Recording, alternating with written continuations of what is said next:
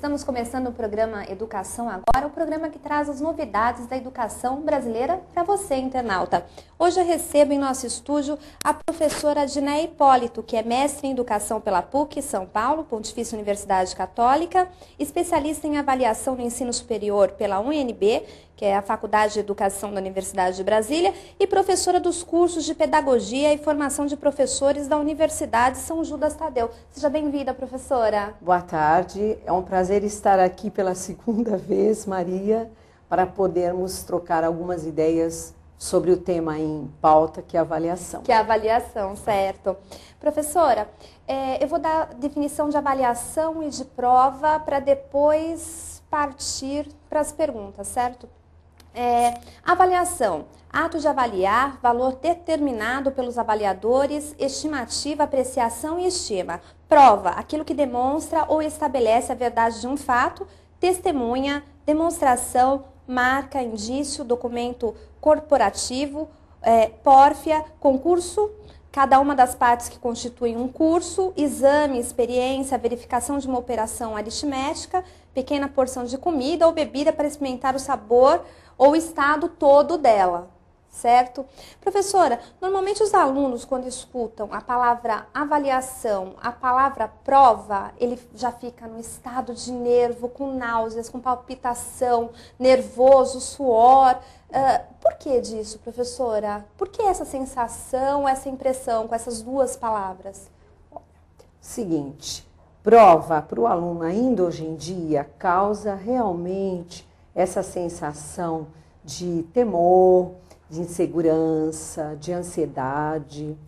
Ele fica mesmo temeroso, como você disse, ainda nos dias de hoje. Mas depende muito do professor e da escola e daquilo que está se trabalhando e da maneira pela qual está se trabalhando. Então, se prova para a escola for no sentido ainda tradicionalista, de medir, né, de que o aluno tenha que devolver aquilo que ele teve em aula, realmente causa esse temor, que é ainda a escola tradicional, né? Ainda estar pensando em prova no estilo tradicionalista. Mas se for a avaliação trabalhada dentro de uma relação diferente, aluno-professor, dentro de uma interação construtivista, dentro de um trabalho que ele vem acompanhando, ele e professor, dentro de uma parceria, ele já não vai mais sentir esse temor. Mas ainda temos esta sensação, talvez na grande maioria das escolas, ainda nos dias de hoje. Isso se deve ao quê? Os professores ainda utilizam a prova como tortura, como ameaça, justificando ser uma maneira de avaliação? É assim que funciona ainda, olha, na maioria dos casos? Não, nem vamos generalizar, nem dizer na maioria. Mas alguns professores utilizam ainda dessa forma, não é, professora? A gente teria que ter até um número, né, estatístico para poder afirmar. Fica um pouco pesado eu estar dizendo, olha, alguns professores, alguns até podem estar ainda, né, admitindo usar desta maneira, mascaram, né, sutilmente, né, e dizendo, né, porque teoricamente eles sabem que ainda que não devemos estar utilizando uma prova desta maneira, e tortura não mais, né? Tortura vem mesmo dos idos tempos, né? Da escola extremamente, excessivamente tradicionalista. Mas alguns professores podem sim querer impor o seu poder, né?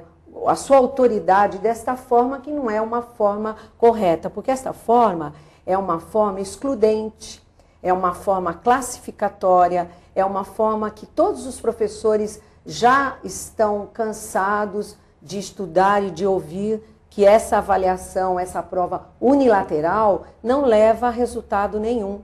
Não leva a resultado nenhum. E a avaliação, ela pode gerar traumas, ela pode gerar ansiedade, competição dentro de sala de aula? Sim. a avaliação que você está me perguntando, talvez até o nome não seja avaliação, né? Uhum.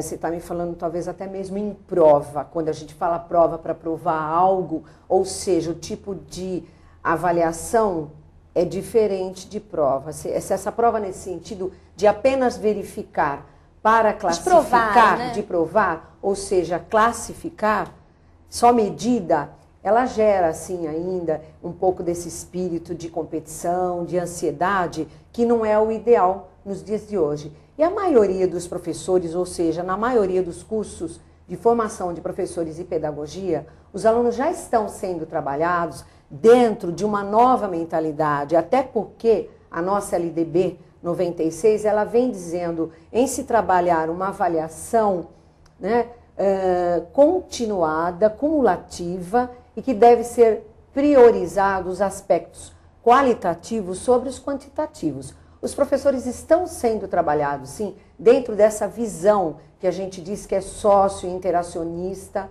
né, construtivista. Ele vai trabalhar para avaliar dentro de uma avaliação formativa, né? É um processo, né? Ele inclusive vai trabalhar dentro de um processo de ensino e aprendizagem.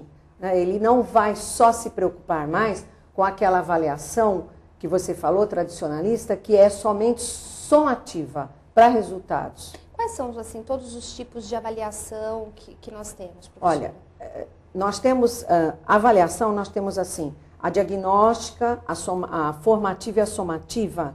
Dá uma pincelada uma pincelada rápida. A cada diagnóstica, uma óbvio, que o professor ele tem que estar aplicando alguns instrumentos para saber o que é que o aluno tem de bagagem, o que é que ele carrega, para que ele possa, inclusive, fazer o seu plano de ensino, né, como que ele vai trabalhar o seu conteúdo. Essa daí é a importância, é a inicial, é o ponto de partida. A avaliação formativa é a do processo, onde ele vai registrando quais as dificuldades, quais os instrumentos de avaliação que deverão ser aplicados para esse aluno, como, por exemplo, trabalhar com projetos, trabalhando com entrevistas, fazendo com que o aluno seja seu parceiro nesse processo. Se ele fizer isso durante todo esse trabalho, ele não precisa nem se preocupar com a somativa. A somativa é aquela mesmo que vai só te dar uma pontuação. Vamos promover, né, ou vamos reter o aluno. Ela é mesmo mais ligada ao pensamento de verificar, de classificar. A avaliação formativa, ela é o contrário. Ela é de parceria, ela é a de reflexão, ela é aquela na qual o aluno ele vai refletir sobre, inclusive, as suas dificuldades, né? Então, é a ideal, trabalhar dentro do processo mesmo que leva o aluno a crescer, leva o aluno a se autoavaliar, né, de uma maneira mais descontraída, sem anseios, sem temor. Professora, as avaliações, né, as provas convencionais que são utilizadas na maioria das escolas, elas realmente conseguem avaliar o desempenho dos alunos perante as matérias dadas, o conteúdo dado, lecionado? Então, eu vou explicar de novo para você o seguinte, depende de cada instituição.